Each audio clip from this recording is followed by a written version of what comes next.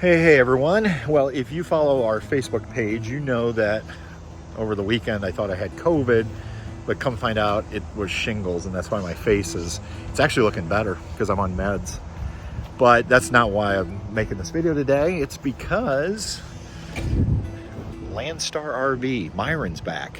We got a couple projects going. So we are putting a solar panel on the roof with a charge controller, Victron. I love Victron. And then we're doing a 3,000 watt Renogy inverter. That's the project, and I'll kind of show you what they've got going.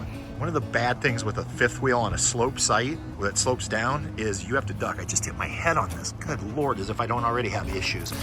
There's the big old Renogy. Now, I picked this thing up on Amazon, and I believe it comes actually from Renogy. I want to say like $359, $329. And 3,000 watts is overkill because all we're doing is doing the GFCI outlets. We're not wiring up the ACs or anything like that, but you never know down the road. So we're gonna mount it right in here. This is the front.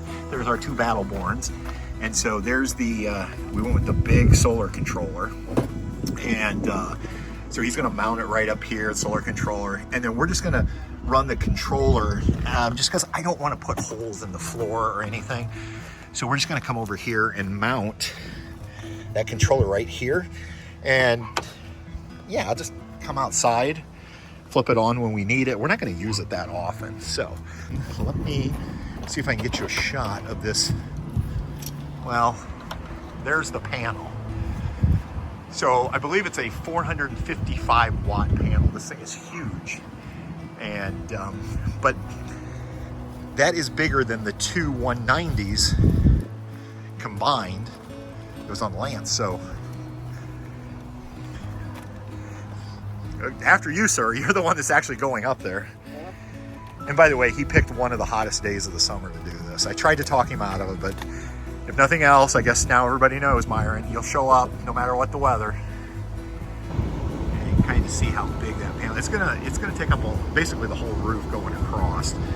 They had done all the pre-measurements, so they know it's gonna fit.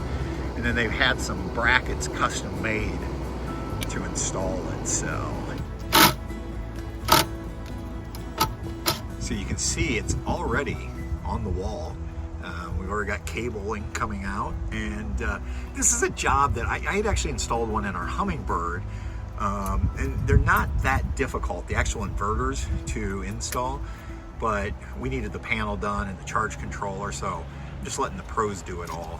So Sam just informed me the screws were too long and they punched through the other side. I went and took a look at it. I don't think it looks bad, but he says it's not acceptable. So he's doing something. He doesn't want any screw sticking through. I just set a crate there so it doesn't bother me. But I mean, that's the thing about, we have learned already with Myron and anybody he brings to help him from Landstar RV.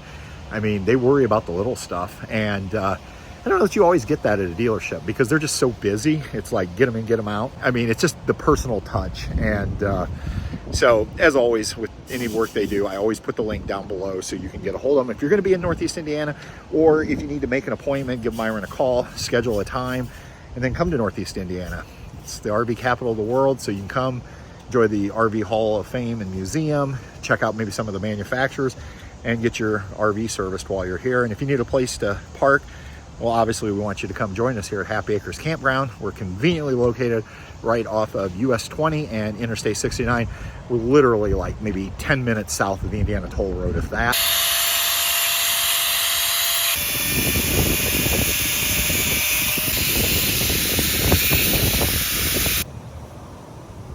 So Myron just had to adjust the heights on the brackets so that way they're not sticking up too high, and he's headed back up. The nice thing is once he actually gets the solar panel installed, it's plug and play. You literally just take the cables that came with the solar panel and plug them in the port. This trailer was pre-wired for solar, so that is kind of nice. Same way for Sam back here. He's got wires. Now, they did it really goofy. The wires go to one outlet, the outlet when you first walk in the kitchen, and which I don't understand why. It says it's a GFCI, but it's not. It's by itself.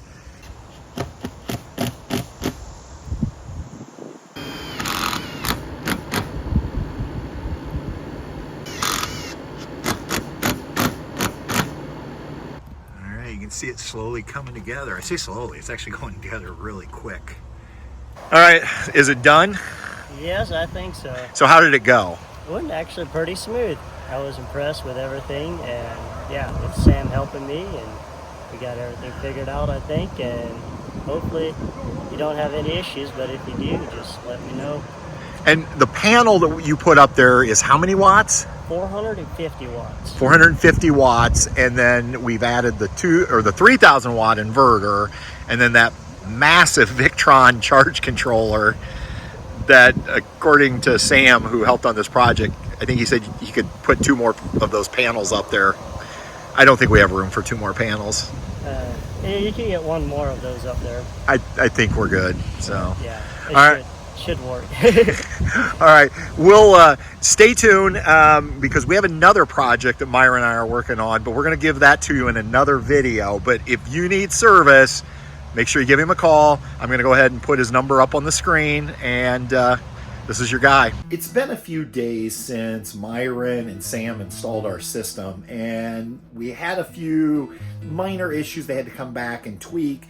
And then I want to share with you something else, because we're actually going to be changing the system again. But let me start with, first of all, we found out that there were 4 outlets that were designed to be hooked up to the inverter, and they ended up being this one right over here, so you would have a kitchen outlet. I'm assuming so you can plug in your coffee maker, and that's actually where I plug in my coffee maker. That makes sense.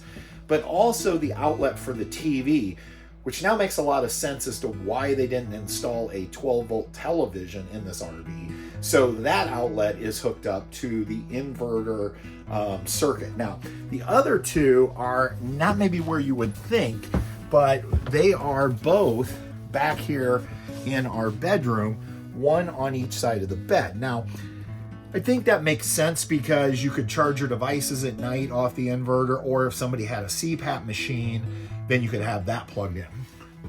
And what we found was none of the GFCI outlets were actually tied into the inverter, which means no outlet in the bathroom for like a hair dryer, and only just this one in the kitchen, which quite honestly, I'm not sure why it's not tied in with the GFCIs being in the kitchen. Another thing that I found out that I didn't realize when I bought the 3,000 watt pure sine wave inverter was it doesn't have a transfer switch in it. And what that basically means is, now that our inverter is hooked up to these 4 outlets, the only way for those outlets to work is with the inverter on. There's no transfer switch, in essence, to allow AC current to flow through the inverter when we're plugged into shore power, and to use shore power to actually power them. So what I should have done was actually ordered the inverter that had the charger built in, because it would have had an automatic transfer switch, and then we would have been fine. Even though they both told me this could work just by leaving the inverter on all the time,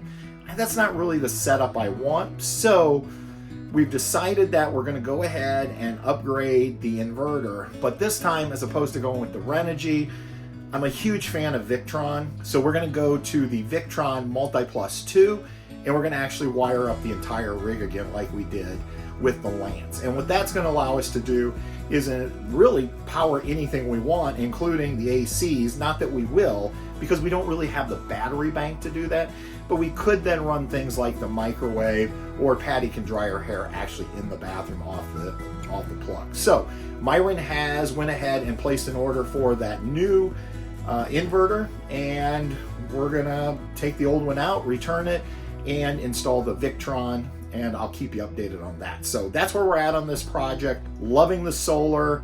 On a sunny day, we've already seen up to 380 watts coming in. That is awesome, which will set us up perfect for those overnight stays at Harvest Host, Cracker Barrel, things like that.